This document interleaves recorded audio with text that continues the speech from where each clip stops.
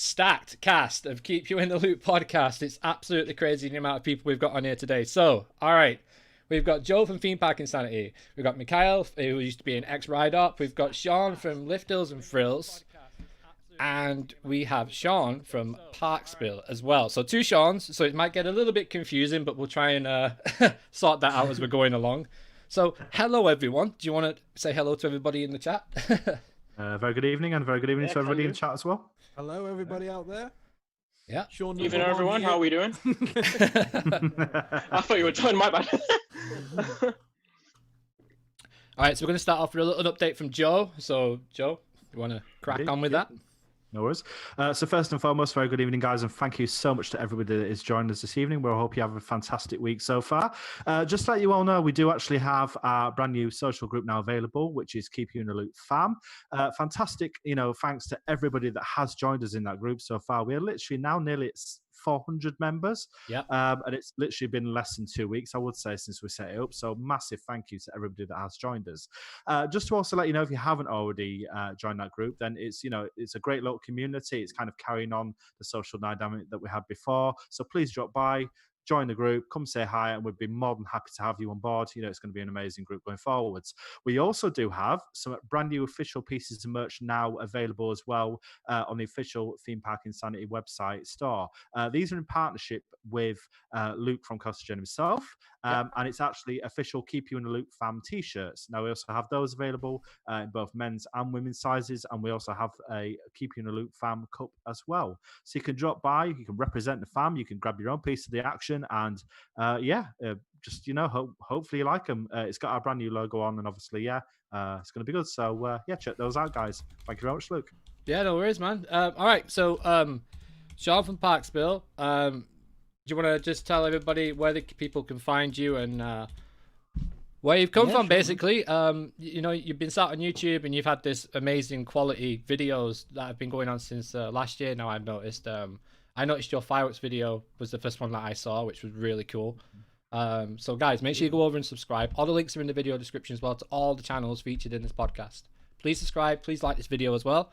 So, Sean, do you want to just, from ParkSpill, would you like to just tell us about how you got into doing your channel and, what inspired you to do what you're doing now at such high quality as well? Yeah, well, first of all, thanks for having me on. No worries, man. It's great. I've been listening to the last few episodes. It's great to be invited on. I've been into theme parks for, like most people, my entire life. Grew up near Drayton Manor, and then always dreamed of going to Alton Towers, and then finally went when I was like 12. But I'm also heavily into my film, like the other Sean. He loves his film. But I've made a lot of different films. Went to film school. Kind of do it corporately as well, but then I thought there's no one really doing the type of videos that I had in mind to do, which was kind of more like a movie, instead of the other vlogs that I like to watch. So I just thought I'd test it out and see if people liked it. Generally didn't think anyone was gonna pay that much attention to it, but yeah, people seem to be really liking it. Like you said, my first proper vlog was Alton Towers last year. Didn't really do anything after that. My plan was to do a few testers, come back when the season started, and then start doing some vlogs. And then the season never come, did it? So No, it didn't. Yeah. Not yet. Not so far, but it will. So I've just started, but I got a bit bored in lockdown, so started making my own content other than vlogs, and people were tending to dig in it. So nice, very good. Well, just to let you guys know, I've just had to upgrade my Zoom so we can carry on talking. It was about to kick us off. I thought I actually got kicked off then. I thought, oh, thanks. Got the notification. It should say unlimited now. Yeah, we should. It does. Yeah. Okay, yeah. Cool. That's good. I'm happy about that. That was a really quick purchase that I've had to do. All right. I was about to be so awkward. That was, yeah. So hello to everybody in the chat, guys. There's 30 people watching, only 6 likes. Come on, let's have a thumbs up pile. Let's get them likes in there for this podcast. So yeah, Sean, it's really cool. Really cool story how you got into filming, and I have to agree that what you're doing is completely different to what anybody else is doing right now. It's so high quality. I mean, the top 10 rides at Alton Towers. And when you threw Jewel in there and Hex, that really did actually get me when you said in your video, anybody expecting that? And I was like, no, I actually wasn't, which was crazy. So yeah, no, it's really good. And all the editing as well. The Monopoly video makes me laugh every time I see it when you slap the thing out of there. It's good. It is really good. It's awesome. I like the bit of humor in there. It's got to be done, hasn't it? Really. Yeah. Timing as well. The timing of it's perfect. And you do it with your missus as well, don't you? Like she's on board with it as well, which is cool. Yeah, she is. Yeah, and like it's weird, really, because we thought it was going to be dead awkward, especially when we started vlogging. But we kind of just got into it very quickly. Yeah. Just because we're used to being behind the camera, because she works with me in our business as well, doing like corporate videos and stuff. So we're used to kind of directing people, but we didn't think it was going to be like this natural to just slip into it in front of the camera. So, but yeah. That's really cool. All right, we've got to talk about someone else, another Sean in this podcast right now. Dude, what made you do that rap? Oh, that was epic. That was absolutely That was fantastic. It's amazing. Absolutely quality.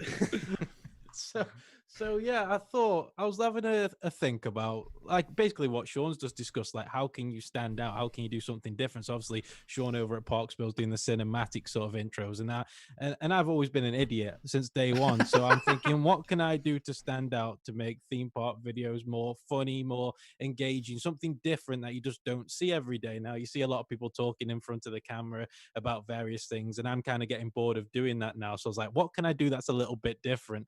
And I've been a fan of like putting rhymes together, and I used to write poetry a lot when I was younger and stuff like that. And then as I grew older and got more into my rap music and stuff like that, I was like, I'll give it a go. And I don't mind the humiliation. You're putting yourself out there, and obviously everybody who knows when you post on YouTube, you can expect some sort of backlash. So far, so good at the moment since that song has dropped. I haven't had any abuse. I actually had like a really quite cool little independent music producer share the song. I was like, oh my God, like this could actually be seen by somebody. But I don't want anybody. I've posted it out there, but I don't want anybody to see it, if that makes sense.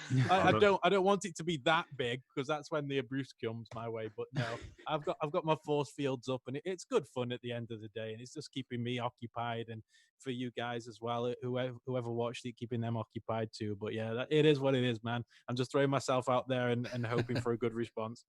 Yeah, one of the things, the only complaint I had, there was no guitar solo after seeing the Ibanez gem in the background in your video. Yeah, maybe next time I'll throw out a Herman Lee style Dragon Force solo for you at the end of it. That'd be awesome. That'd be so sweet. That'd be good. All right, Mikhile, what have you been up to then? We've not had you on here for a while now.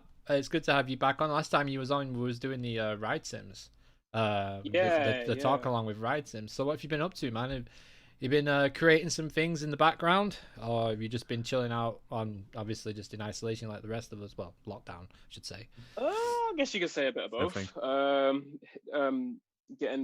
Getting behind the sketchbook when here and there where I can, but I've been doing a fair few things actually. That is one of them. A lot of time has been spent in front of Netflix and Disney Plus. I'm not gonna lie to you. Yeah, but I don't blame you. I really don't.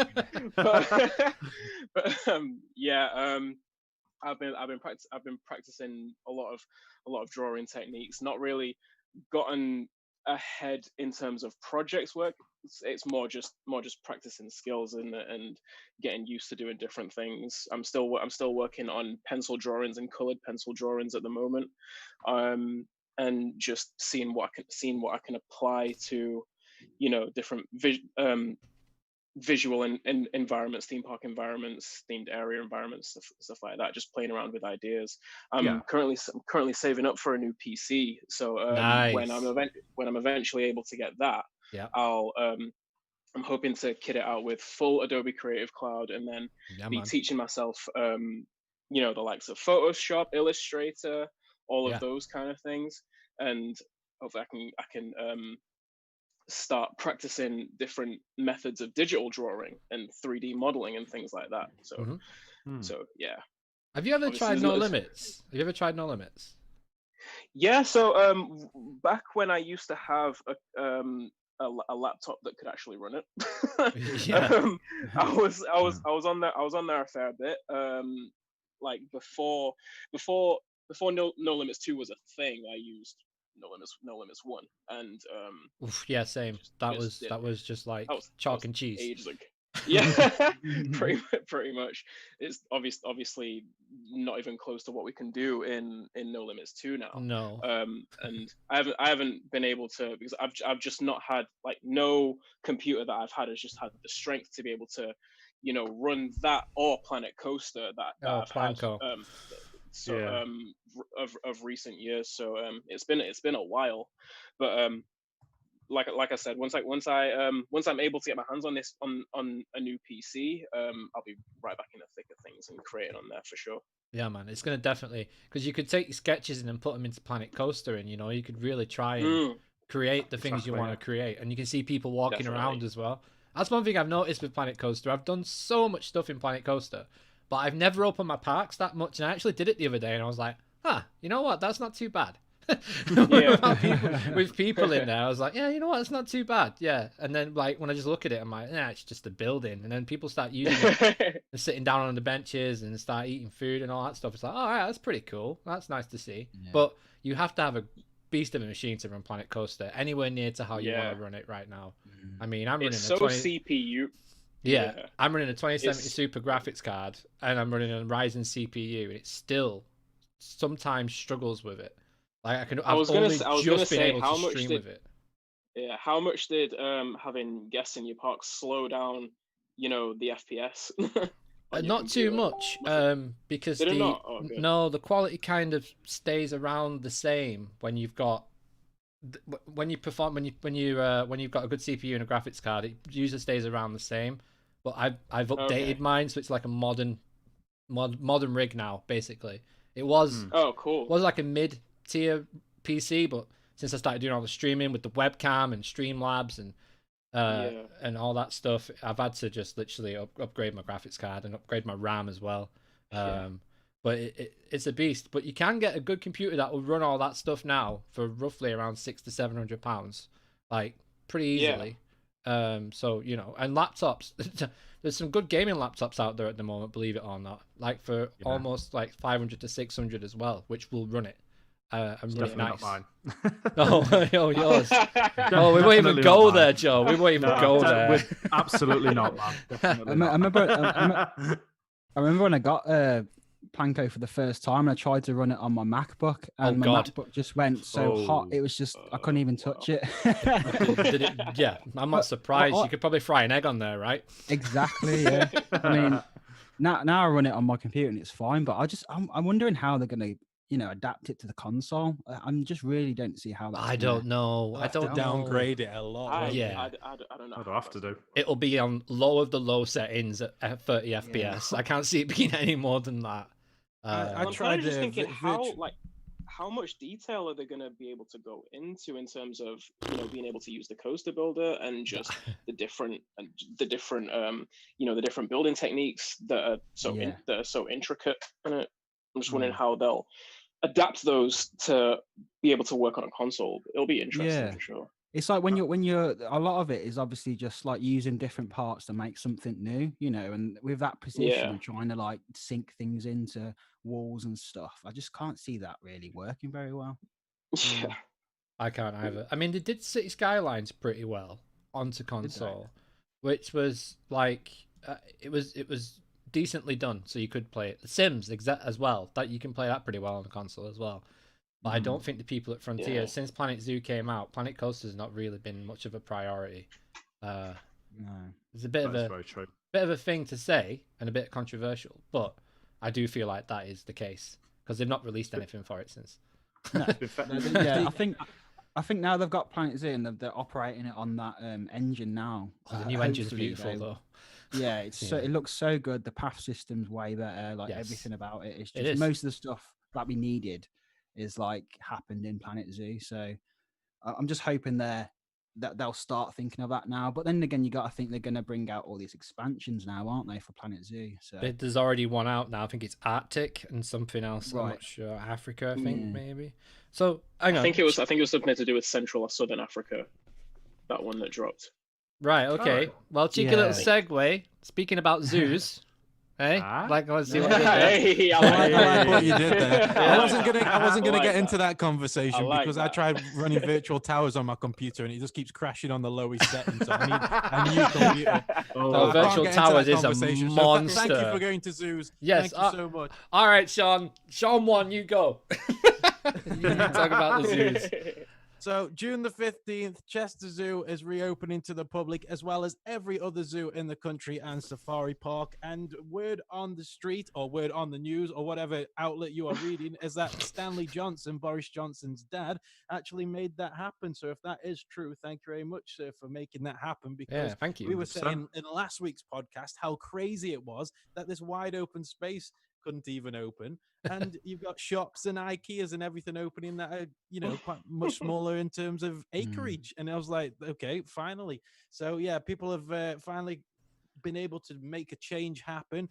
Over 2.5 million, I think, was raised for Chester Zoo alone. Yeah, just That's help incredible. support them. That's And so yeah, they're awesome. opening June the 15th, and they're doing a lot of social distancing measures that they don't even really need to do, but they're doing them anyways.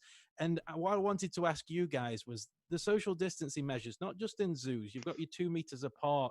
So in the zoos, for example, at a tiger enclosure, you'll have like a little space to stand on, and then 2 meters apart from that, you'll have another space. Now, do you feel as though that's going to enhance a zoo or a theme park experience? Because a zoo, for me, it would, because normally you're clamoring to see what's behind the acrylic, or you're clamoring to see a penguin, or you're clamoring to see whatever's clamoring in the to see a penguin. That's a sentence. So if you're standing 2 meters apart from everybody, you're gonna get a good view, aren't you? You are absolutely. Yeah, that's a really good point. And you know, and to the point as well, in supermarkets, since it started happening there from the very start, you know, you're able to look around. You don't have to rush. It's and I think that's kind of what for zoos, 100%, it will be a little bit better, especially when you get up to the glass and you're actually looking at an enclosure, like you're saying. Yes for that, but everything else, no.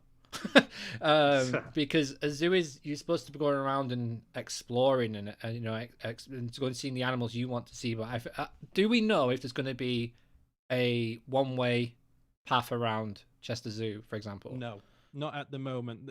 They released a document today, and there was no one-way thing listed because they're big enough that they don't need it, and they're going to be limiting numbers. I think they get on average they get about 15,000 people a day. They're going to be limiting that to, I think it's like 3,000 to 4,000 people a day. So sense. You can imagine them in a big park like Chester Zoo. The fact you're not going to be seeing whoever's in front of you for the rest of the day.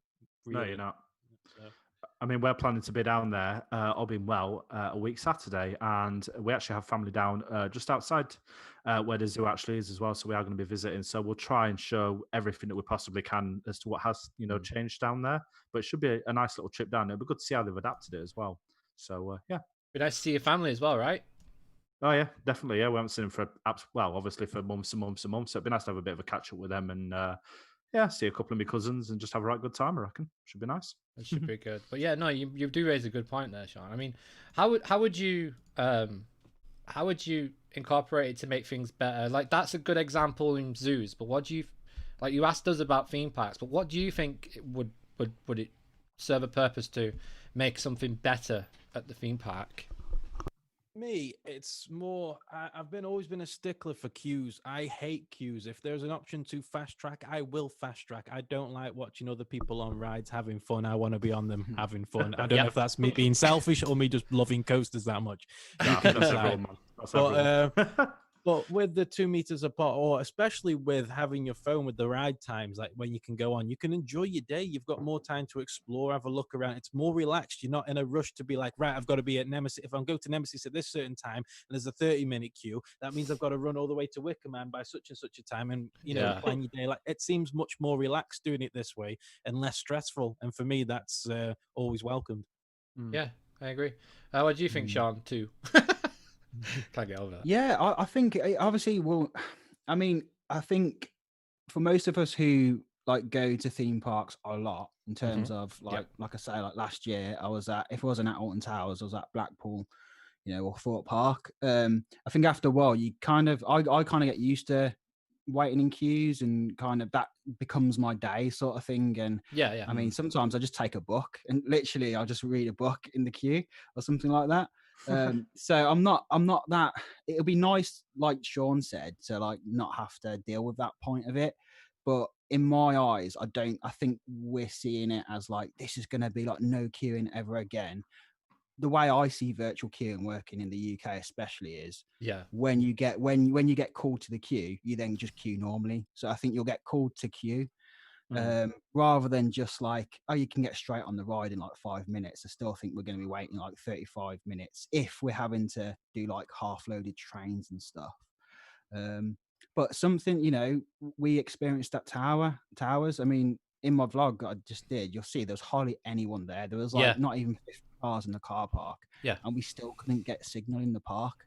Wow. We couldn't get any Wi-Fi in most of the places we went to. There's still loads of dead spots. So my issue with, especially with Alton Towers anyway, is how are they going to implement that system if you can't even get onto their Wi-Fi or That's an excellent point. Yeah, there are quite a few dead zones in there as well, aren't there? So it's not always accessible.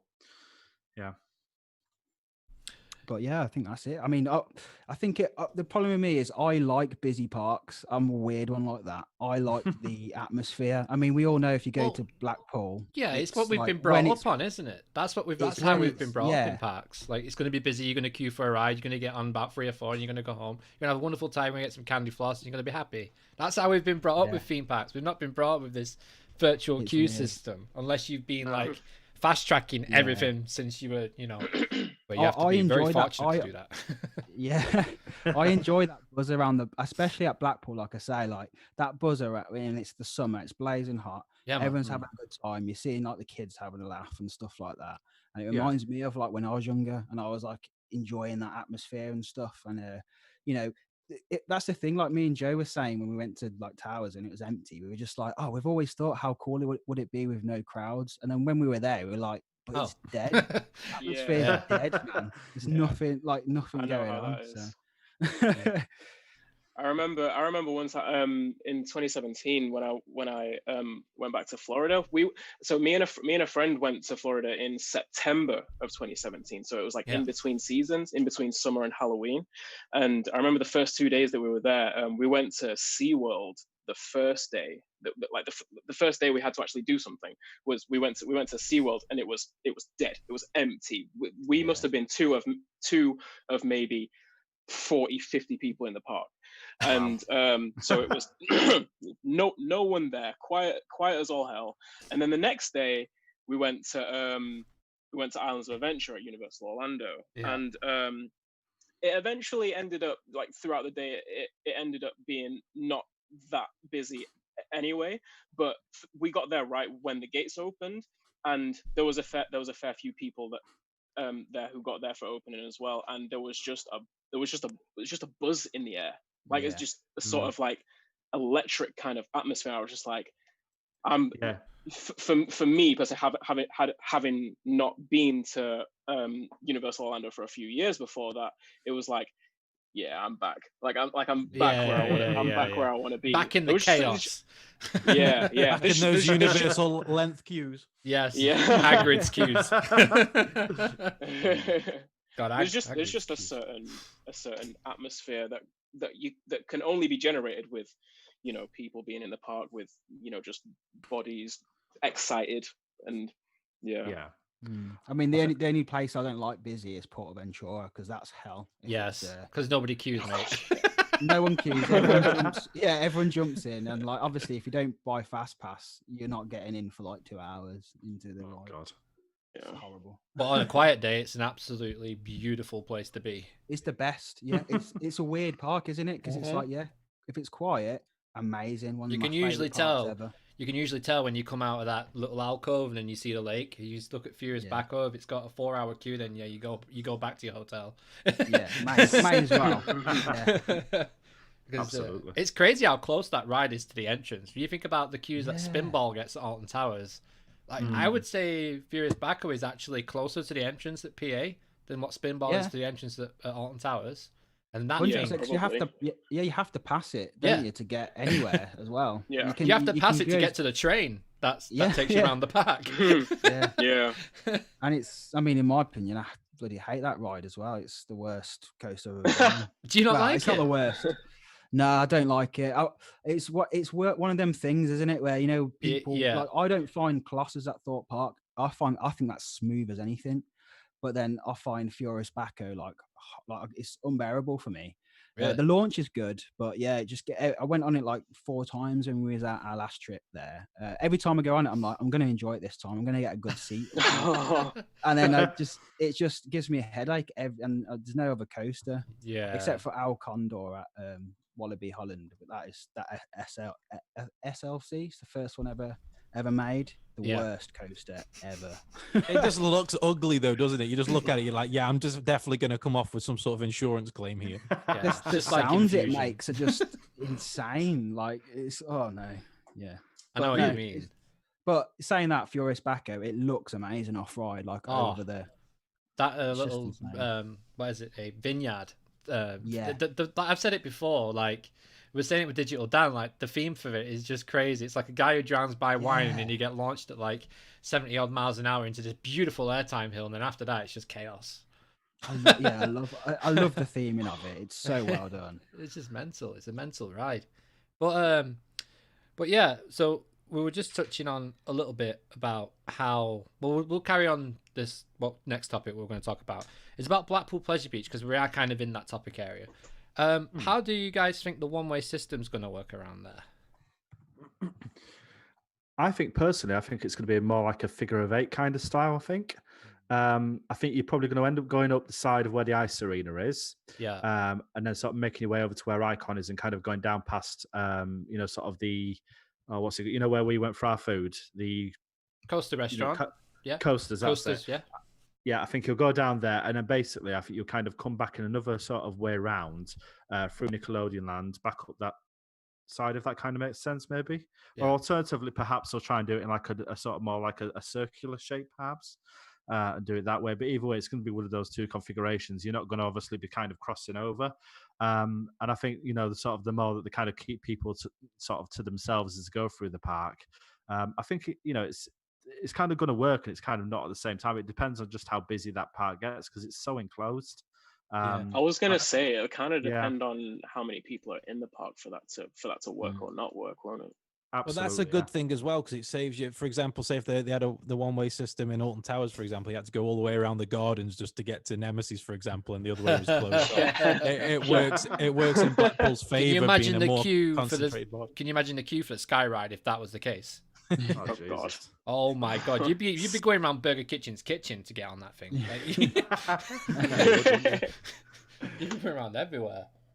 Yeah, but I don't know. It's the only park that's done it so far. I don't see the point personally. People are going to do what they want to do regardless. They're not going to have enough staff on park. People, yeah, exactly. People are going to start walking next to each other. Like when you're walking in Tesco's and you walk down the wrong aisle, and like, oh, I should have done that. Yeah. I need to turn around and go, oh, there's someone behind me now. What do I do? Like, it's kind of like, that was my experience at a supermarket anyway. There you go, a bit of an insight. I went down. Same with me. I got some cheese strings, went down the wrong aisle, went to get some bread, came back, realised I'd missed about 4 aisles, and I was like, oh, okay, now I'm going to have to go all the way around to get back. And I was like, no, sod it. And I just walked. And that's what people are going to do. Like, if they go past Icon and their mates go, we're just going to go a big one, we'll meet you here in a minute, then there's no way that you're not going to walk up that bridge, round the corner, queue for Icon, and your other mates are going to go left to the big one. But then people are going to be coming from the big one to go on Icon. So it's like, it's going to be really strange. And another thing about it as well is when you get to the end of Blackpool Pleasure Beach, it's the train station. There's no exit out that way. Now, what they could have done is they could have opened the original entrance and exit by the promenade. They could have opened that to allow people to go out that way once they come in, but they haven't. They should have done, to be honest. That would make more sense. It makes more sense for them to do that. And then, because if you go one way round Blackpool Pleasure Beach, eventually you just hit a wall, hit a gate. Yep. You can't go anywhere. You have to be turned around, and that's going against other people coming in the other direction, surely. So, you know what? And then what happens if the government next week go, okay, it's only a meter? They have to go around and move everything a meter now as well.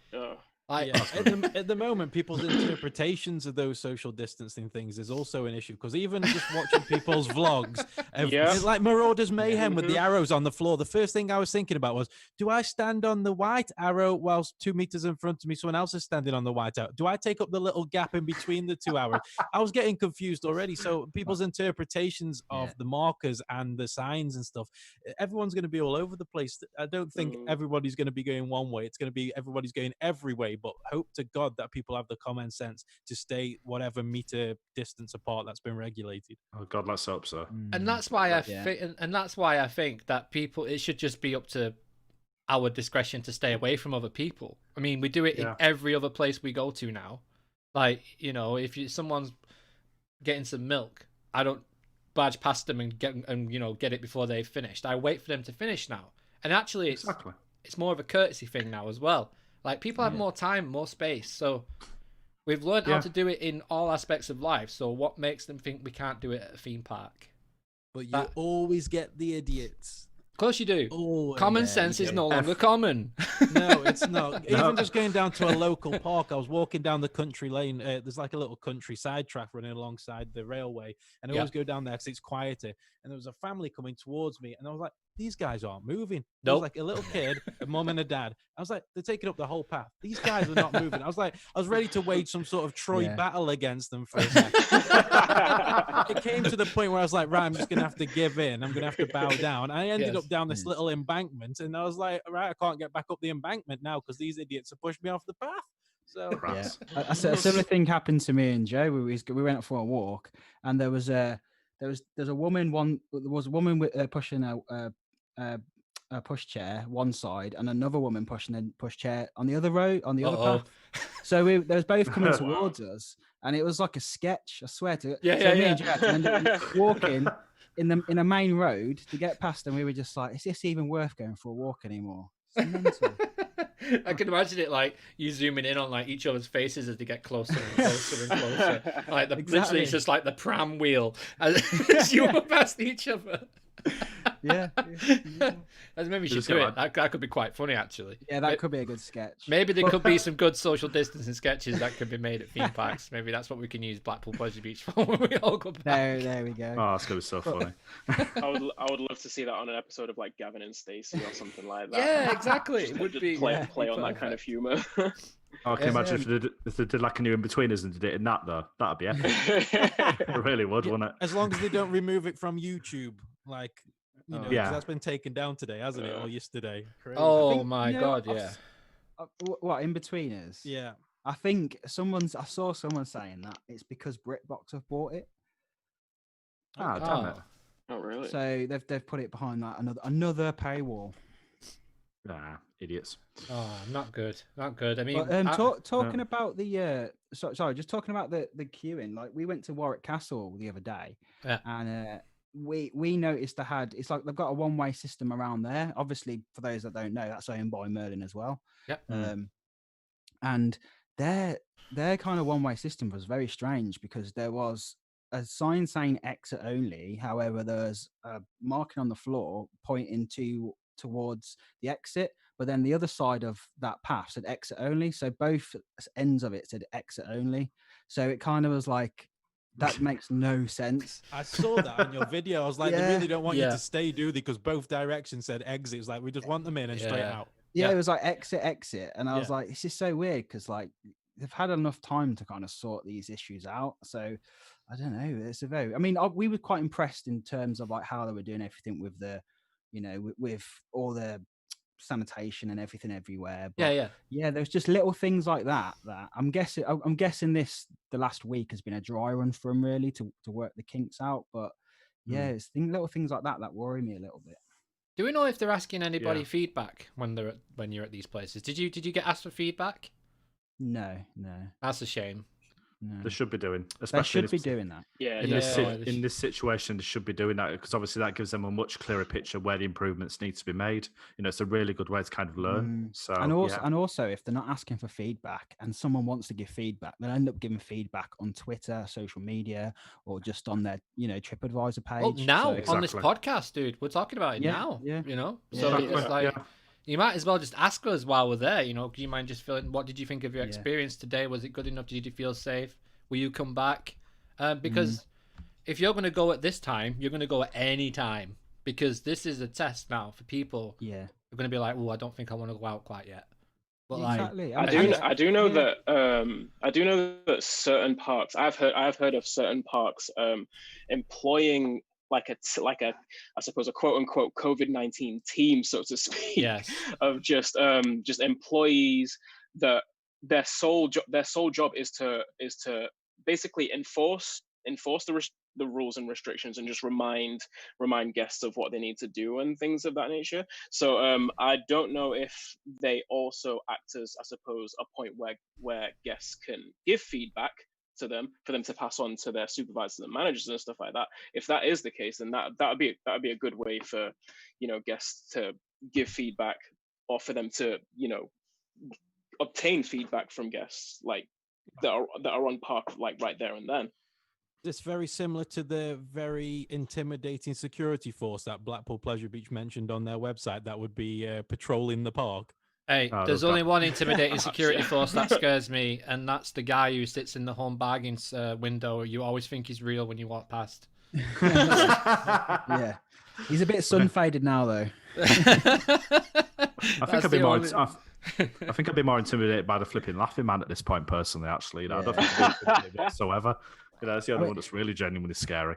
Is that actually what they said, Sean? Sorry, didn't mean to cut you off, Sean. That's what they said. Yeah. It's one of their little. Do you know how they've released the document? So they had Merlin who released their very convoluted document of God knows how many pages that I did not read. And Blackpool Pleasure Beach had more information but condensed it down into simple images for simple folk like me. And one of the images was a very intimidating security officer and saying we will have our own patrols around the park to make sure that social distance is enforced. So I'm almost tempted to stand 1.9 meters away from somebody to see what they're going to do. Yeah, just walk around with a pool noodle on your head, you'd be fine. Did you guys see that documentary about Blackpool Pleasure Beach did, like in the 90s? Yeah, have you seen that one? Yes. Which one? The one with Jeffro?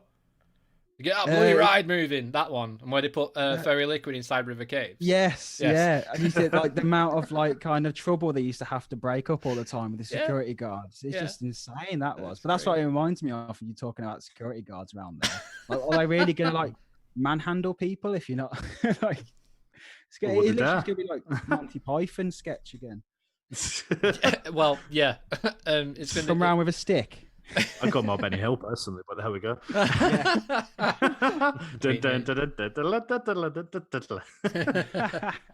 Absolutely, that would be funny. I mean, I might put that on the vlog when people walking around, speed it up, time lapse it.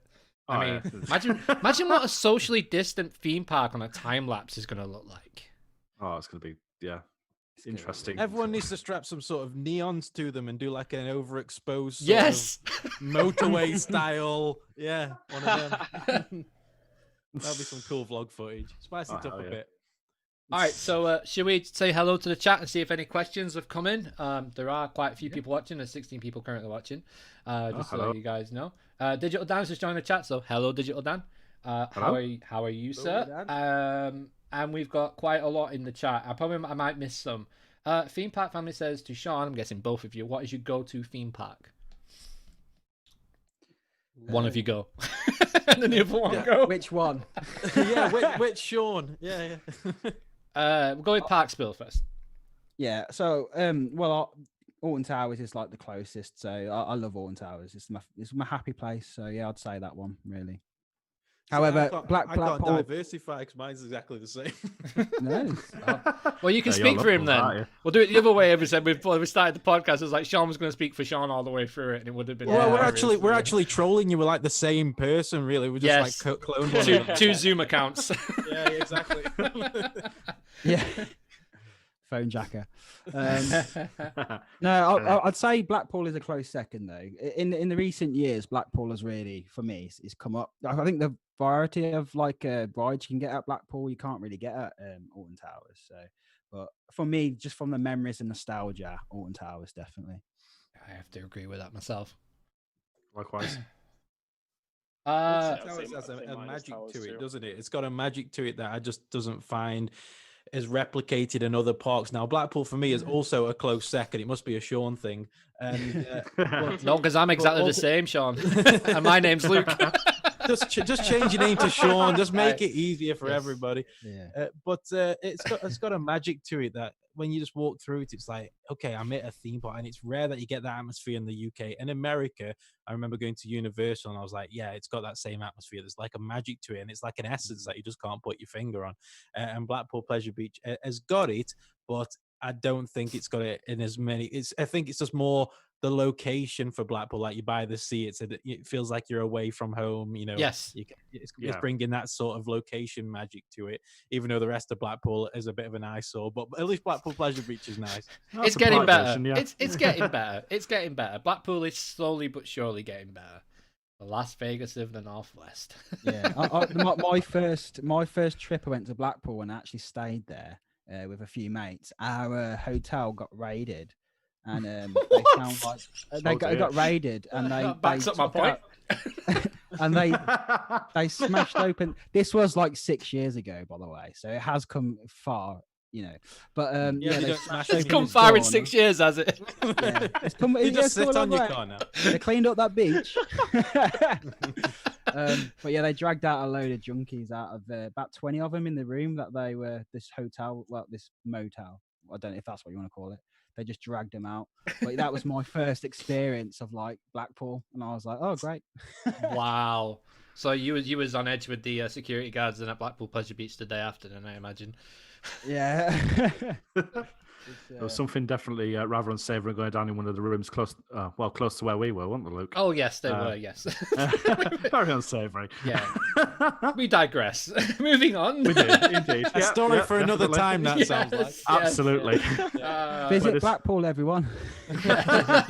Oh, I've got some stories too, but no, it's even though we're past Watershed, I think we'll save those for another day. Yeah, probably best. Theme Park Family says, play heads up on your phone when queuing for rides. Yeah, that's a good idea. Play heads up is a good way to pass the time. That's quite funny. If there's enough of you. Socially distant game of heads up. Ben says, what if your phone battery runs out? I guess I didn't think about that with virtual queuing. That's a good point. Well, they've got at Blackpool, they've got the buzzers, haven't they? You know, like what they have at Toby Carvery, where they vibrate when it's they use them sometimes. I just love the way you compared it to a Toby Carvery. That's fantastic. multi-million pound business and theme park. Yeah, they've got them in the Carvery. I mean, it works. To get a Sunday lunch. It works. I mean, if you get a vibration when you're on infusion, you're not going to feel it, are you? So. Hey. But you can't deny that it impresses you every single time. Like, how did they get the right buzzer? How did he know? How the hell's this going on? What kind of witchcraft is this? Yeah. So that would be Blackpool. But what about towers? Like you even said, you're struggling to get signal. Yeah. So it's like I don't know. Well, another, I don't know. It's a weird one, unless they have charging ports or something. Charging ports, yeah. I mean, when I was at Disney, my phone died, and they charged you $35 to charge your phone up. What? Wow, that's extortionate. That is mental. How long, know that? How long did it take? I didn't pay it. I was like, I'll go. Oh, okay. I looked into it and I was like, nah. Well, a bit of advice for you guys. I would definitely, if you can and when you can, just on Amazon, just get a cheap battery pack you can take with you that will last you the full day while you're there, just in case that situation does arise. I have 4 that I take around with me in my bag when I go to a theme park. I'm constantly charging my cameras up and everything up while I'm walking around. So yeah, just get a cheap battery pack. You can get them on Amazon now for like £7 or £8, and they're really good as well. Now they're not like they used to be. We used to go to TK Maxx and spend £40, and it'd do about 1.5 charges. Yeah. And it wouldn't even last that long. So, but yeah, no, I'd definitely get a battery pack for when you're out and about, especially because you're going to be taking more photos than what you've ever taken. Because it's going to be like you've never been to this place. It's going to be all new again, and you're going to want to try and document everything. Especially to a lot of people who are watching this who actually have YouTube channels as well. Just get battery packs, man. It helps. Or buy more batteries for your cameras and stuff. And at the very least, if you're virtual queuing and you've got nothing else to do, you're gonna have nothing else to do. You're gonna be on your phone. Stuff while you exactly. Yeah. That's it, and that's why I think Disney can get away with charging it, because when you're out of fast passes, you've got nothing else to do but be on your phone. So it's kind of like, yeah, if you haven't bought a battery pack, it's kind of your own fault in a way. Yeah, another thing Ben's mentioned. Ben's coming up with some good things here. You can meet some really cool coaster enthusiasts in the queue lines as well. Like we were talking to a few people as well, weren't we, at Blackpool, Joe?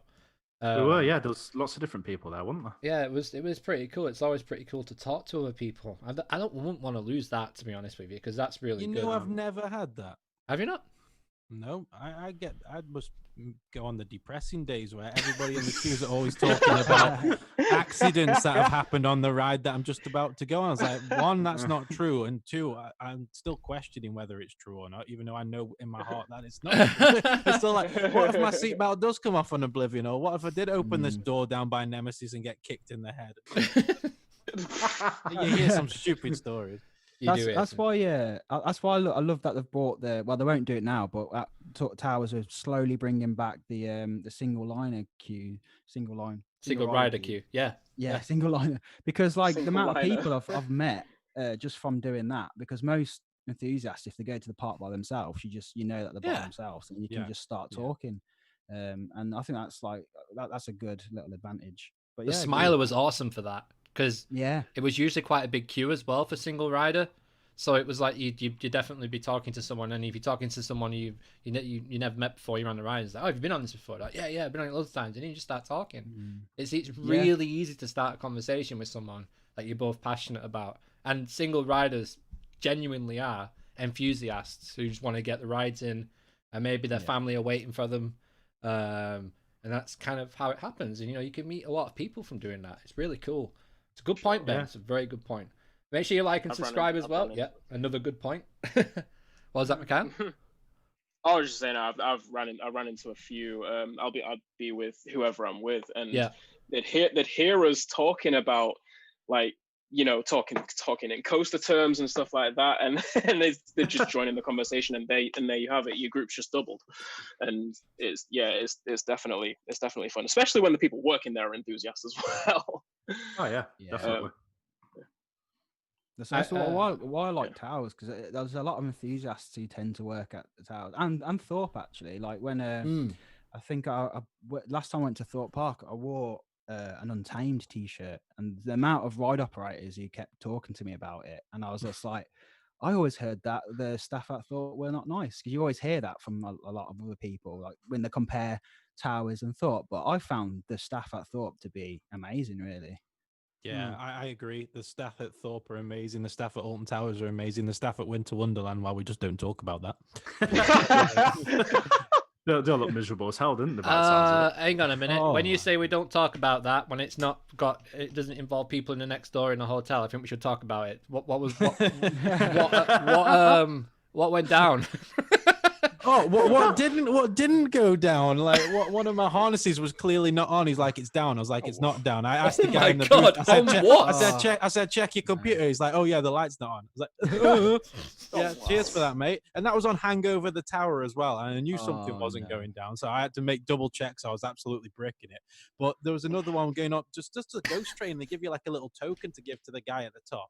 And the guy gave my friend a token, but didn't give me one. So I was thinking, okay, it's one for, two. He's classed as a group. We get to the top and he's like, oh, where's your token? I was like, I haven't got one. Like, he didn't give me one. He gave us one between two. And then he said something probably really abusive in German. So I need to like scratch up on my German.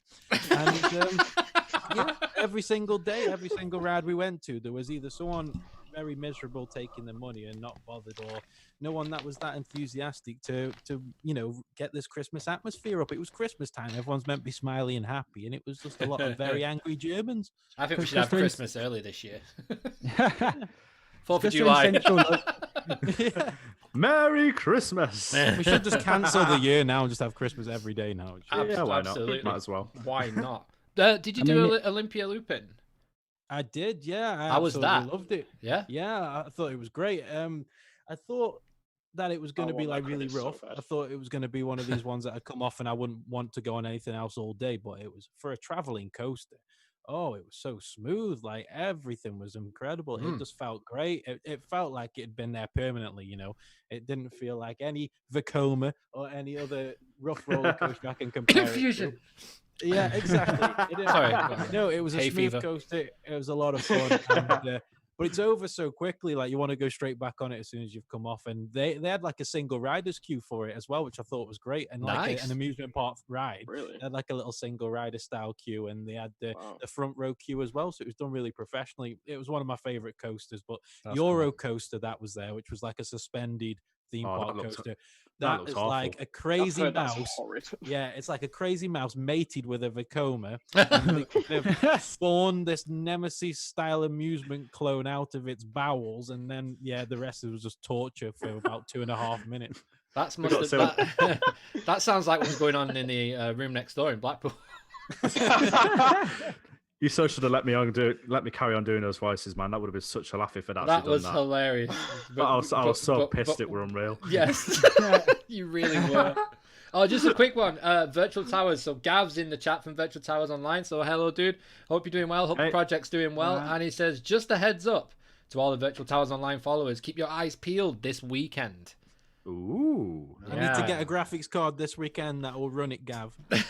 Giv, send us a link. Send us a code. We'll do it. Let's have a look at it. Let's see it. Come on now. You've been in the podcast and plugged a bit too much now. You need to give us something back. I think he deserves it. The amount of effort those guys have put in on absolutely. That game is absolutely insane. You know what? It'd be really hilarious if we got the update and there was social distancing markers everywhere.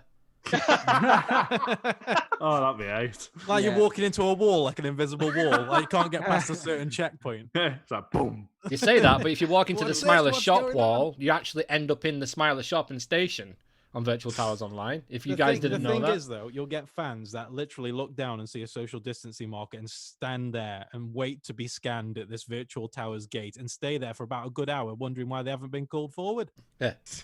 Achievement. You've waited. Now you must go home. Your temperature is above 37.8 degrees. Gamer score for being very patient.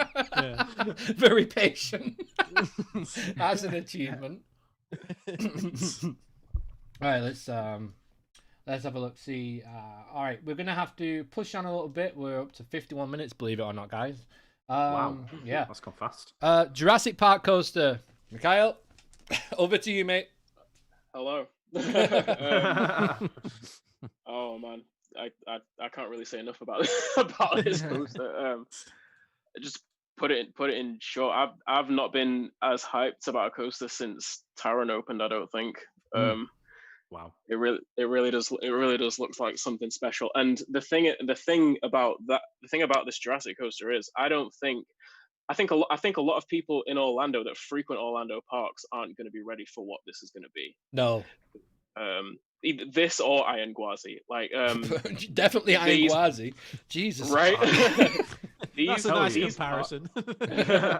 These parks in Orlando, they you know, for anyone that's ever been, they're not really parks that have a lot of, you know, extreme coasters or anything. They're more focused on family sort of attractions, apart from the likes of Busch Gardens and SeaWorld, obviously. But so for me personally, to see that a Universal park is getting a coaster of this caliber is kind of blowing my mind a little bit. Yeah, and absolutely. I really can't wait to see it finished. And you know, yeah, I can't wait to go on it. Yeah, I didn't actually know. Obviously, it was unannounced, wasn't it? So, and I was still unannounced. Yeah, it was still unannounced. Yeah. But I didn't heard any rumors about it, and I was there in March in Universal, and I saw the work taking place, and I was watching it, and I could see, like, you know, things going down and stuff, and I was like, and you know, to have a park, if it's going to have that, and I know people say Hagrid's was a bit overhyped, but I love that ride. I think it's amazing. That is a feat of engineering, that ride. 2.5 second switch track, I think, is something stupid like that as you go into the drop track. That looks crazy. Oh, wow. Have any of you guys been on it? Who's in this chat? I have. You have? Hagrid's. Yeah. Yeah. I went on it in March. Yeah.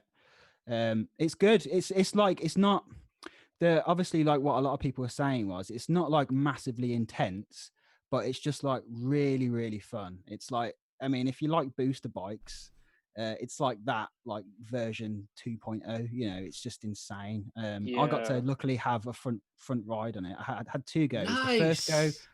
First go, I had to fly my eye, so that didn't work out very well. Oh God. Just like being on a bike. I can yeah, I can vouch for that. But no, yeah, it's amazing, and like, you know, the theming of how long did you have to wait for it? Was insane. Good question. It's about half an hour. What? So Oh wow. Really? wasn't Sounds like bad record at all. time. Universal is, I suppose it's March, isn't very it? cool. Yeah. I don't know if I just chose a very good week to go, but I went for I spent about 4 days over the 2 weeks. I went there, 4 days, and yeah, it was just walking straight on most of the stuff. It really wasn't having to wait that much.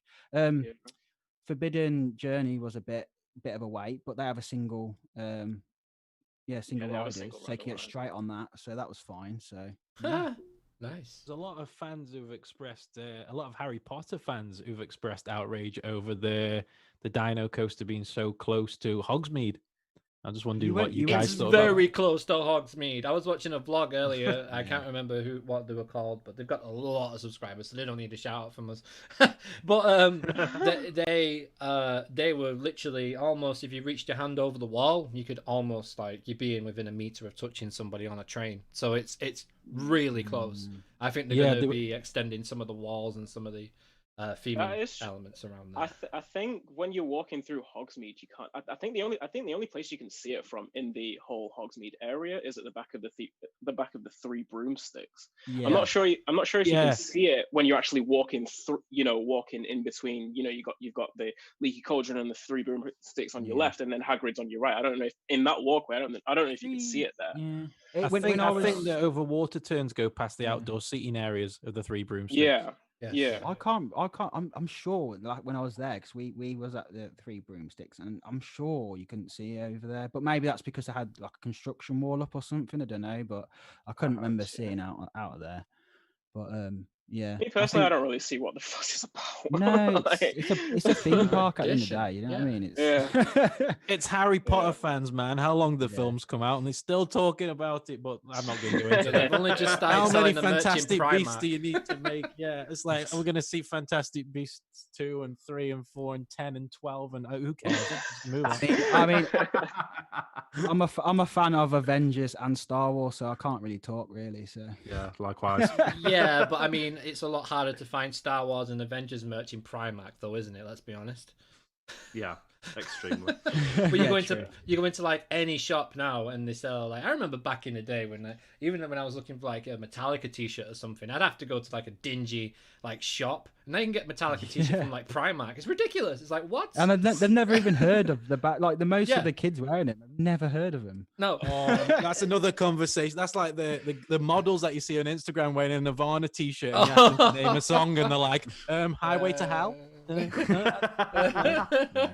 Hell no. No. But no, the No Limits. Do you guys see the preview of it? The POV. Yeah, someone's got it almost right, and someone's got it ridiculously wrong. There's not one that seems to be absolutely spot on, but there are a few. I think it was Amusement Insider that got it. That got it pretty close. That's the one I saw. Yeah, I think. But I saw his, and it looked pretty close. I mean, I think in the sort of the helix that's right next to the 3 broomsticks, where there's the outward banking turn now that they finished. Yeah, it's like a wave turn. It's like a wave turn out as well. Yeah, there's a lot in that. I think so there was I'm gonna shout out Dan from Midway Mayhem. Absolutely, man. I mean, we share his stuff all the time. Yeah, fantastic. Yeah, Dan from Midway Mayhem and Alicia from Orlando Park Stop as well.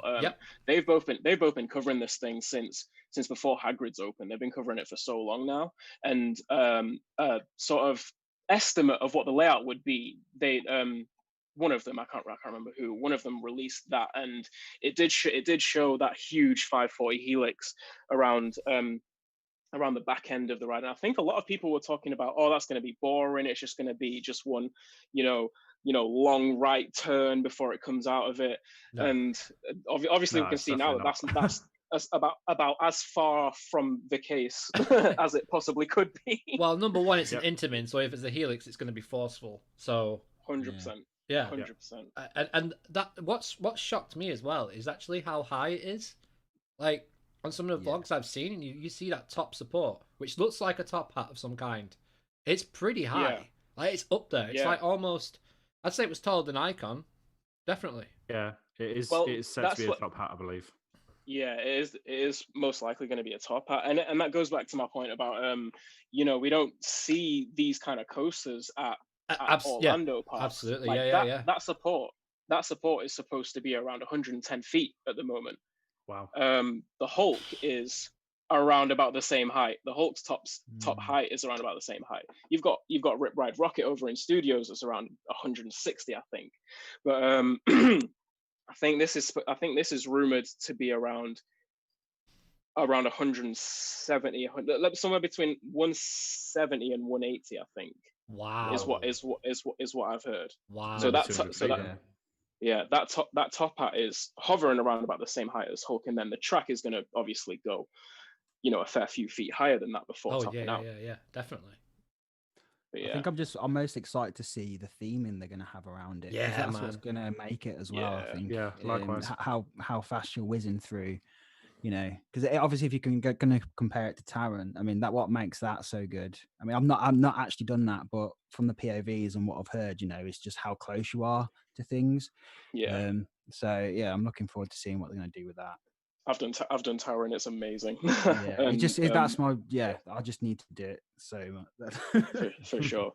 Yeah, no, I think because like if they keep moving with the track construction as fast as they are now, they're going to have so much time to put in so much theming in the air in the areas as well, because we're looking at what is it I think a spring or summer 2021 opening, so they're going to have months to really make it look detailed, and the queue line is supposed to be for the most part all indoors as well. So I think there's going to be a lot of storytelling elements in that queue line. Think there might be a pre-show? In the queue line? Yeah. Perhaps. Yeah, I'm not entirely sure. I think there might be. Yeah. I think going off like how Universal are going, they all have some kind of pre-show now. So I'd be surprised if they didn't. They had Dominion, didn't they? The third film that's been delayed. I'm wondering if that coaster somewhat ties in with the actual timeline of the movies, just like the Jurassic World water ride does at Universal. That's a good point, dude, because they have changed some of the photo opportunities you used to have around the park. I noticed today they've replaced some of the Explorer vehicles with the new Jeeps. So I'm wondering if they're just trying to overhaul the whole Jurassic Park experience to modernize it with the new movies. So that's a really good point. Subtly tie them in, don't they? Yeah. That's been the discussion, hasn't it? Yeah. It's like, will they change it to Jurassic World or won't they? I don't really. So the Raptor Encounter is actually opened across the walkway from the new coaster. Yeah, and that is entirely. I don't know if you guys have seen pictures of it. Yeah, I saw a video someone shot in America, and it looks that the interaction with the crowd is superb. Oh, it looks so good, doesn't it? Yeah, it looks mint. looks so good. That has been completely themed to Jurassic World. They've got the spiels that the team members are saying to guests. It includes like here in Jurassic World, not here in Jurassic Park. So like I don't know if they're planning on changing the entire area to Jurassic World or just keeping one half of it Jurassic World and then the other half as Jurassic Park. The thing is what's interesting with me is the Jurassic Park area as it stands is the biggest area in Islands of Adventure. So they could quite easily have one half of it as Jurassic World and one half of it, and the half with the River Adventure ride in it, the water ride, as Jurassic Park. But I don't know how consistent that would be, like how they would work together. I don't know. But I don't think it'd be. I think the way Universal are thinking is they've got to think of the future now, haven't they? Yes. I love Jurassic Park, but you got to think like my nieces and stuff. They've they've probably watched it once, but they've watched the Jurassic World ones so many times. So yeah, I guess they're going to go down that route now. Yeah, they? we were saying this in last week's podcast. We were saying it's the Barney Stinson mentality from How I Met Your Mother, where new was always better, and it's a shame because the old Jurassic Park ride at Universal, when I went on that, I was like it was never the most perfect ride, but the nostalgia, it was like the theme song, the big wooden gates that are open, that just aren't there on the new Jurassic World ride. The iconic colors. Yeah, the immersion, even though it's old animatronics, you're still seeing this towering dinosaur above you, whereas now they're using screens, and it kind of detaches you. It's still great, and don't get me wrong, Jurassic World looks incredible, but it just takes the magic out of what made the original so special. And just like the movies did, they took away the magic. Yeah. Well, the one nice little thing to see, you sort of talking about obviously the older ones, is the fact that from what I can see here on IMDb, the new logo for Dominion actually seems to have a nod back to the original Jurassic Parks. It's obviously got the original red and black logo, with the original red and black writing as well. So it's kind of nice to sort of nodding back to that era of that particular franchise, and hopefully, who knows, it may be something we even see with the ride when that officially opens as well. There might be a bit of a Lincoln sort of tie in there as well, which it'd be really nice, and it kind of encapsulates sort of both audiences and what both kind of remember. So you say sort of moving forward, obviously that would be a really good way for the park to do that, in my opinion.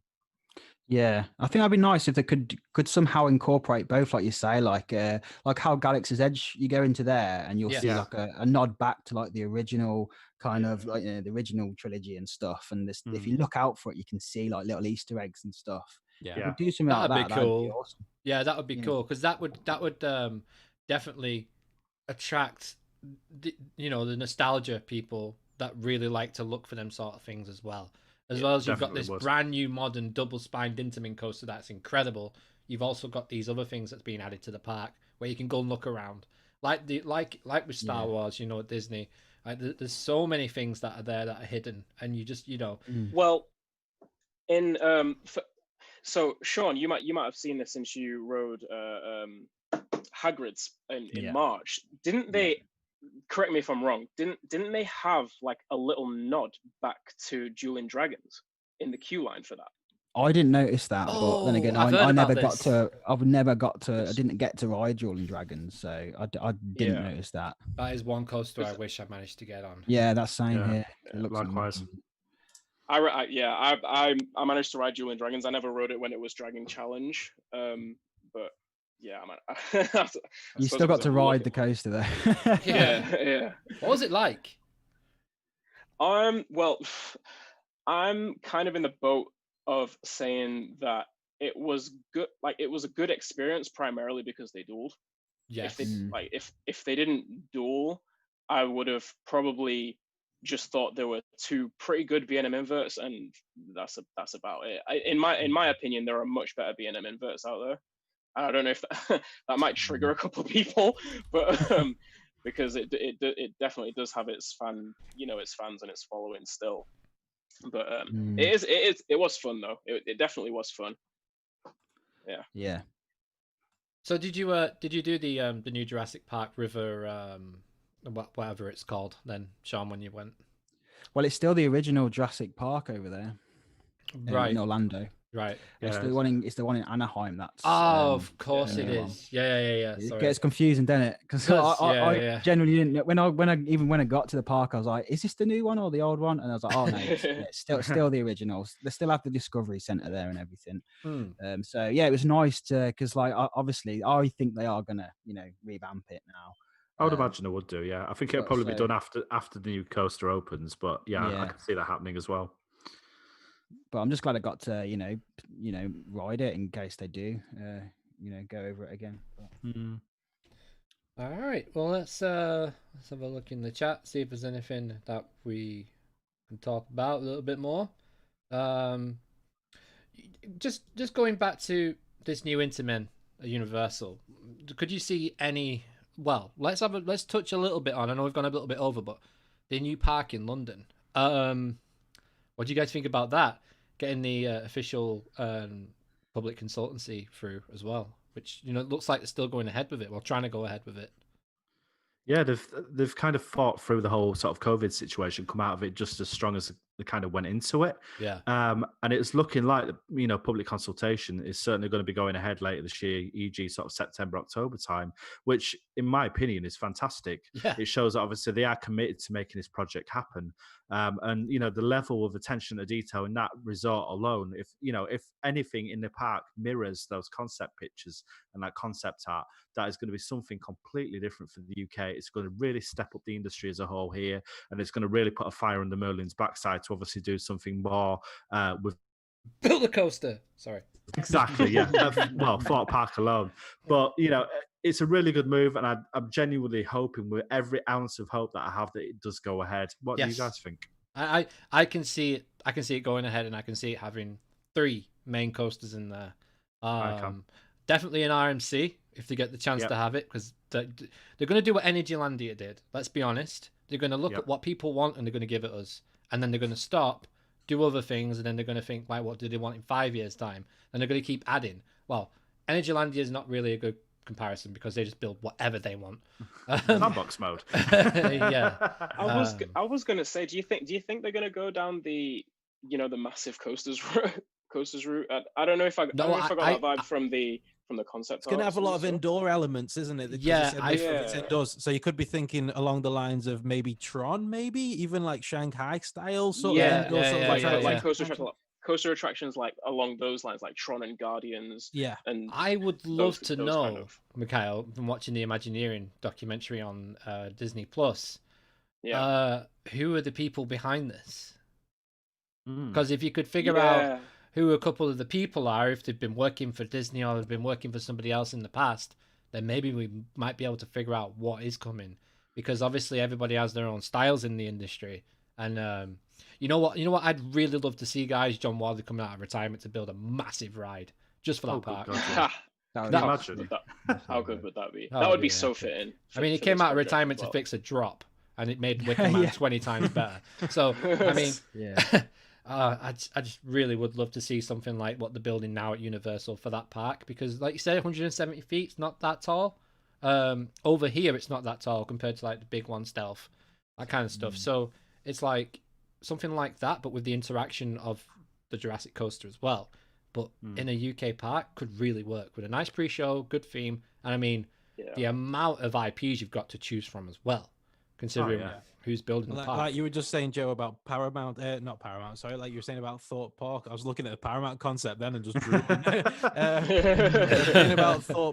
you're saying about Thorpe Park, it'll kick them into action, because if they see that this company is heavily investing, because it's not too big of a distance between Kent and Thorpe Park is. So, effectively right on the doorstep, aren't they? Yeah, exactly. So really put fire under the backside. They're going to be like, right, what can we do to compete? And that's good for us because they'll be competing with one another, and it's all great for us because obviously if they can build a, you know, God knows how tall coaster, they could even be introducing the tallest coaster in the UK for all we know. We just don't know. That's the thing we've got to look forward to. That's interesting to think on.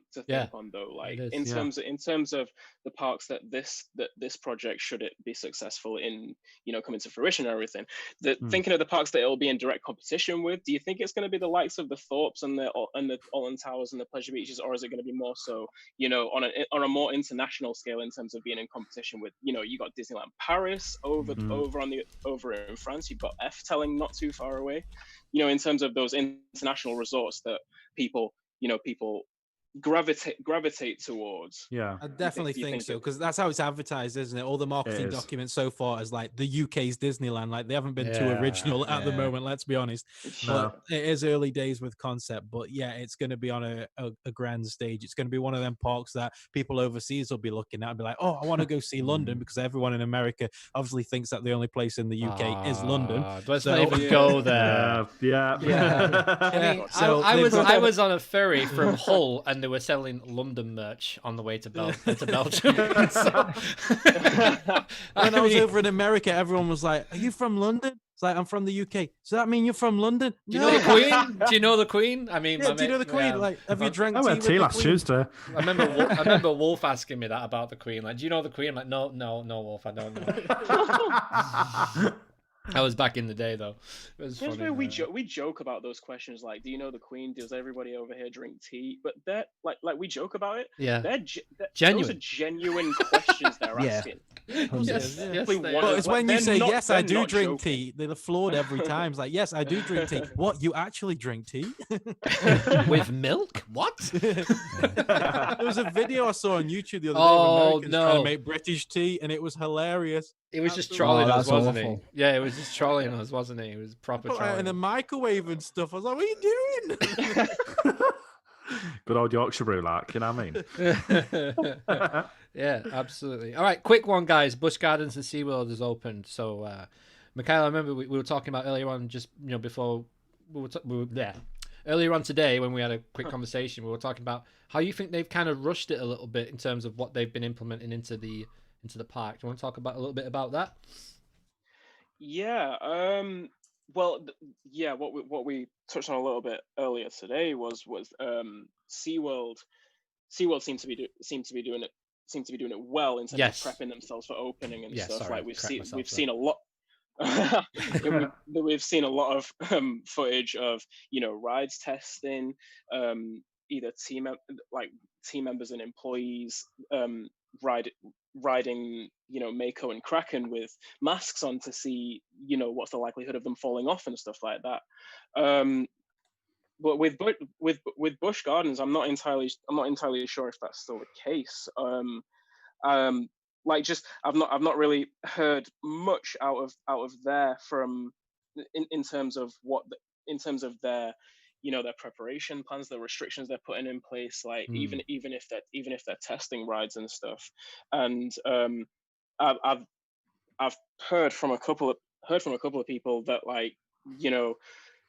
they're planning on bringing back their workforce and retraining and rehiring all in a really short period of time. Wow. And I think I saw something in the chat in our chat a while ago that about it was from Love to Explore pictures, saying people were saying about like people aren't social distancing, people aren't keeping their masks on, stuff like that.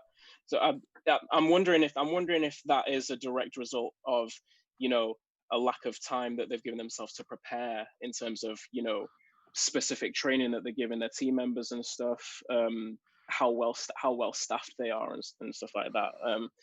I'm not entirely sure, but I do hope that they can do a POV of Angwazi. Yeah, me too.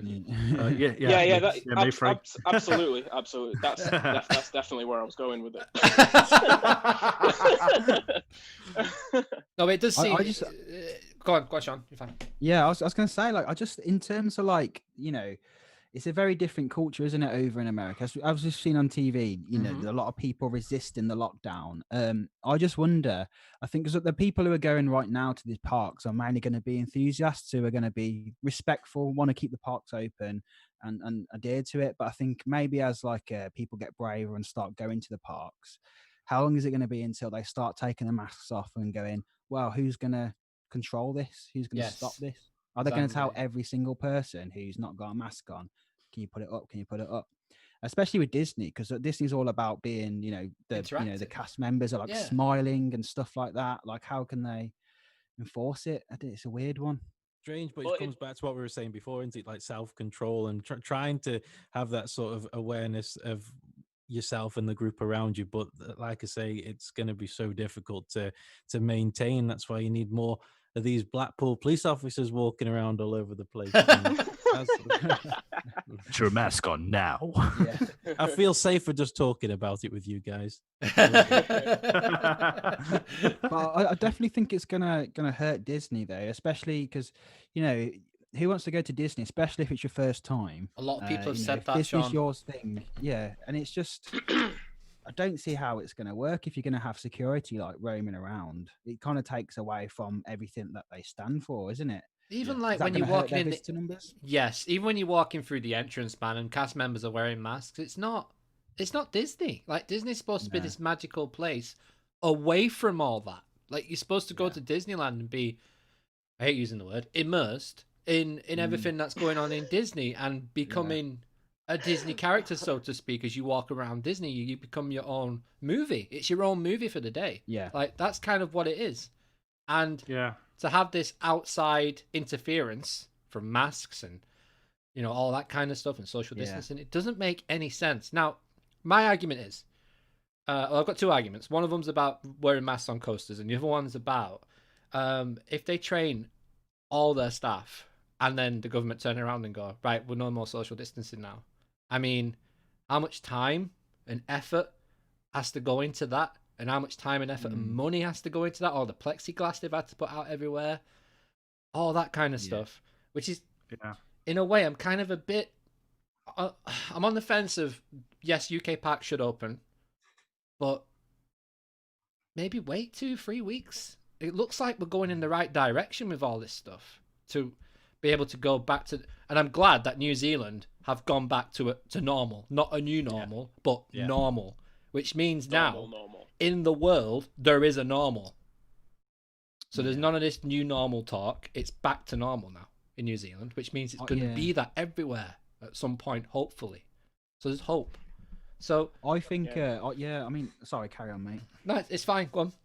Yeah, I think in terms of like our theme parks, like it's a bit different for me. Is I now feel comfortable going to, I think, especially after going to Untitled Chapter. I know it's going to be a bit busier when the rides are open. Yeah, but you don't have that kind of immersion in terms of like what you would have at Disney. Yeah. So, because when I was thinking about it, I was thinking, well, Anaheim, most people who go to Disneyland are like locals and, you know, other Americans, whereas majority of like Florida, Orlando, that is like worldwide. That's like tourism. That's mainly tourists.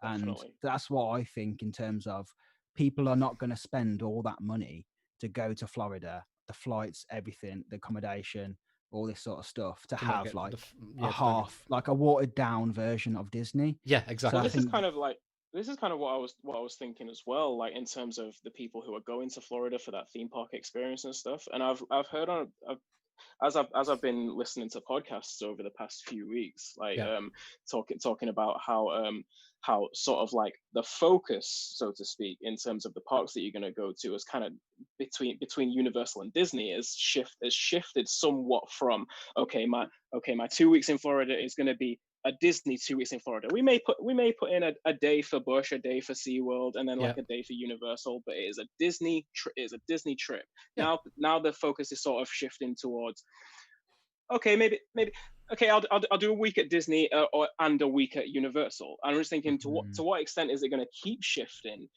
taking something like this into account where, you know, the essence of Disney is so magical, so fantasy, and with all the social distancing measures and keeping your mask on and stuff, sort of being a detriment to that. How like at what point is that gonna force people to,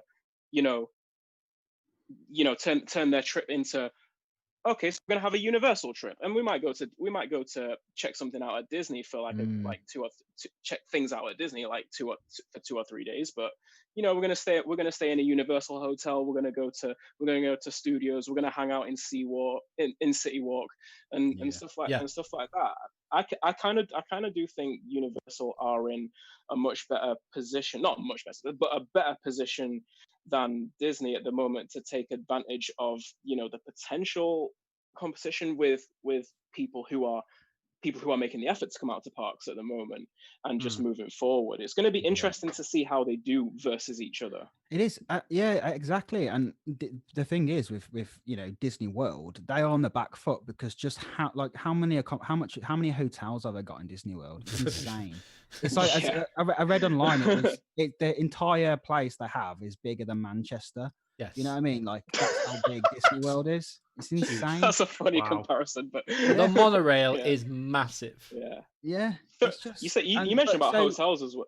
Sorry. I was just going to say, just to finish it off, like how much does it cost Disney World to just run things with no one in it? You know what I mean? Like their bills, their utilities, like Universal, they're big, but they haven't got all that infrastructure they need to keep spending money on. So that, I agree. Well, they've had to hold creation of the new hotel. Correct me if I'm wrong.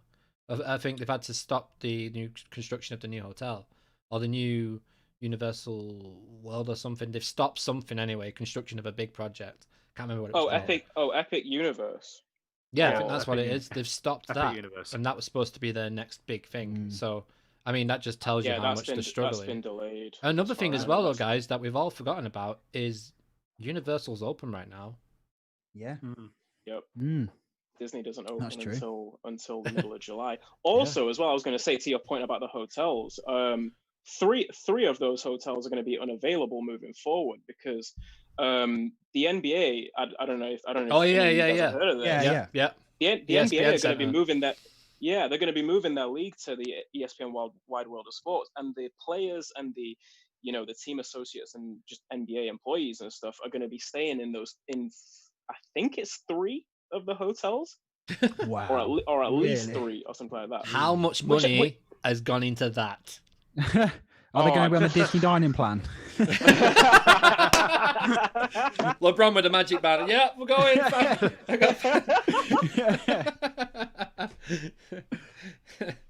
Yeah, no. How much? My character meet and greets. Yeah. Commissioner. He likes his coasters, doesn't he? He does. LeBron does like a coaster day at Cedar Point every year for like the Akron kids or something as well. Oh god, it's got taste as well. Yeah. Yeah, Cedar Point. I mean, there's worse places to go, isn't there, for a coaster day out? Jeez. Oh yeah, 100%. Wow. But yeah, no. Anyway, back to your point, Mikhile. Sorry, I didn't mean to cut you off about the hotels. Yeah. Oh no, that was pretty much it. Just yeah. As far as I know, at least I think it's either exactly 3 or at least 3 hotels are going to be used by NBA players and NBA associates and people employed by the NBA and stuff. At least 3 hotels. So that's at least 3 hotels worth of business that Disney are losing out from, normal guests and DVC members and stuff like that. They're probably getting paid a wedge from the NBA for it. Yeah. That's crazy. But yeah, it's just there's a lot of different variables and things in play that make it interesting. Do you know, we're just talking about hotels. Has anybody even thought about Blackpool Hotels? Like, when are they going to be able to open? They've advised me that they're going to be opening the same time as Blackpool Pleasure Beach, so July the 4th is the rough date. I contacted them both, the Boulevard and Big Blue, and they both have that date in mind as well to reopen.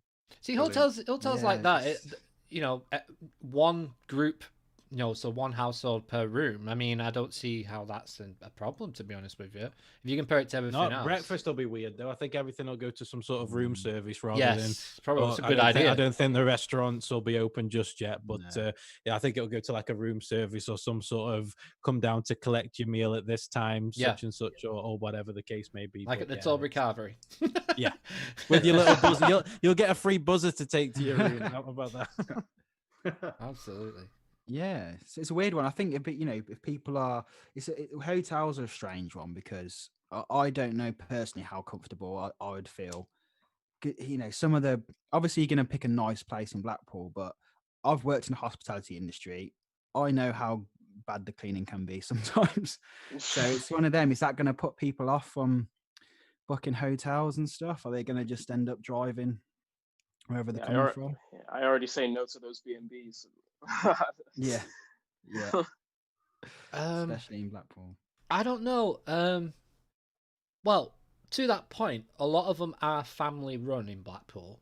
Yeah. And we can't forget that. And, we should support our local hospitality in Blackpool. I mean, they've been going for years. And they're going to care because it's family run. Now, something like a Travel Lodge with over, a bazillion rooms, they're not going to... there is going to be one which probably doesn't get cleaned properly. Whereas if you've only got 4 or 5 rooms in the hotel and you're only renting out one because you can only have the social distancing inside the building or whatever, I think that's going to get more attention to detail, if anything. Mate, yeah. It'll probably turn these establishments into like glorified glamping places because if people are that worried, you'll be taking your own pillowcase, you'll be taking your own duvet, you'll be taking your own shampoo. Blackpool Star Pods 2022. Exactly, yeah. Yeah, my mum already does that. She's always taking like a pillowcase on holiday. Does she take a cup? Yes, yeah. My auntie takes cups. Yeah. She usually like rents a cottage, but she always takes her own like plates and cups, all kinds of stuff. It's mad, isn't it? Yeah, it's crazy. It's like we get there and like, do you want a brew? Like, yeah. Well, hang on a minute. I just had this cup like 2 hours ago before we set off. Now we're in Wales and I'm drinking out the same cup. What's going on? Pulls out a coffee maker out of her backpack. Yeah. All right. So, okay. Right. Now is the time. We're going to wrap up the podcast now, guys. We've been going for 1 hour and 30 minutes, believe it or not. So, guys, now is the time to plug away your channels, your projects, your websites, whatever you've got going on. So yeah, just go in the order. We'll go with Joe first. Joe, you want to go first? Yeah, no worries. Okay. So to everybody listening, hello to anybody who is new that is joining us this evening. Thank you very much for coming over and listening to our podcast. You can come check us out at Theme Park Insanity. We have a Facebook page, which you can find at TPI 2019. Lots of daily content on there, everything from reviews, the latest news, and a lot more. So come check us out. We also have Twitter at TPI19, and we also have Instagram at Theme Park Insanity. And also, you can check out our official website at themeparkinsanity.co.uk for plenty of blog posts, updates on our visits, and lots more as well. So please, it'd be fantastic to have you. Come check us out. Cheers. All right, Sean from ParkSpill. You want to go? Yeah, so I just want to say thanks for having me, guys. Like, it's been really good. Really enjoyed this. No worries. In terms of like plugging, just like you've already done it for me, really. It's just my YouTube, at ParkSpill on Twitter, at ParkSpill on Instagram. And if you like what you see, just give me a subscribe. If you don't, then you don't have to. And also I'd like to say Sean, thanks, the other Sean, not me. I'd like to say, thanks for shouting me out last week. That helped me a lot. Yeah, that's how I found really you, dude. Appreciate that, mate. Yeah, cheers, Sean. Yeah. No worries at all. That being said, Yeah, would you like to go and plug your stuff then? Liftdillsandthrills.com, everybody. Or personal Instagram is EVVO1991. If you search Lift Hills and Thrills on YouTube and want to hear a white guy rapping about roller coasters, Slim Shoddy, also known as Crap for short, Slim Shoddy is on the waves, bringing you some fire bars, so you can go and check that out. And there we go. Mikhile. Yeah, I'm just Mikhile Williams on Facebook. I don't have a fancy YouTube channel like you guys. I'm joking. Just Mikhile Williams on Facebook, and at Mind of Mickey 03 on Twitter. Mickey spelled Mikhi. But I'm happy to be on the podcast again. Happy to be a friend of you guys' channels. It's nice to come here and just chat up about the industry, about parks and coasters and stuff. It's awesome, man. I've really enjoyed it. Think this has been one of our best podcasts, honestly. Having more people on, it just seems to be more fun. I mean, we've gone longer because everyone wants to say, like, what have a say of what's going on in the world right now, which is it's really cool. Honestly, guys, thank you so much for coming on. It's been amazing. Thank you to everybody who's watched. And you know who I am, so make sure you subscribe to our channel, hit that bell, and follow us on all our socials. And for now, I've been Luke. He's been Mikhile. He's been Sean. He's been Sean. And he's been Joe from Theme Park Insanity. And we've been Keep You in the Loop podcast. Guys, we'll catch you next time. See you later, guys. Everyone say goodbye. See ya. Bye, guys. Bye, guys.